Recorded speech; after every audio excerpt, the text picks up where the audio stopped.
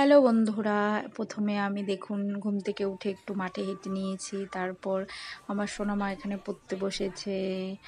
মাটা এখানে একটু আমি দেখতে আসলাম যে মাটা কি করছে, ঘুরতে এসেছিলাম। তারপর আমি এখানে ছোট ছোট মাছ ভাজা করছিলাম। মাছ দিয়ে আলু দিয়ে একটু চচ্চড়ি বানাবো, সাথে একটু এগুলো মাছের তেল। আবার আমি চিংড়ি মাছ ভেজে নিচ্ছি।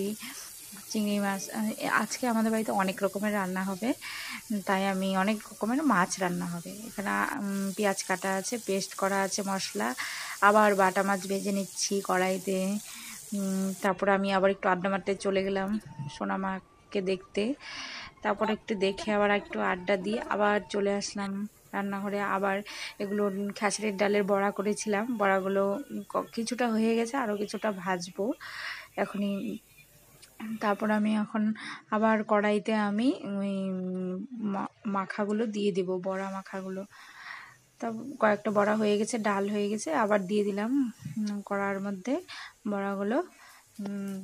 তারপর প্রেসার কুকারে কি সিদ্ধ বসিয়েছিলাম আমার ঠিক মনে নেই।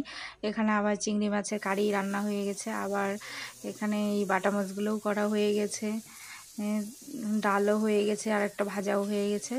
শুধু রান্না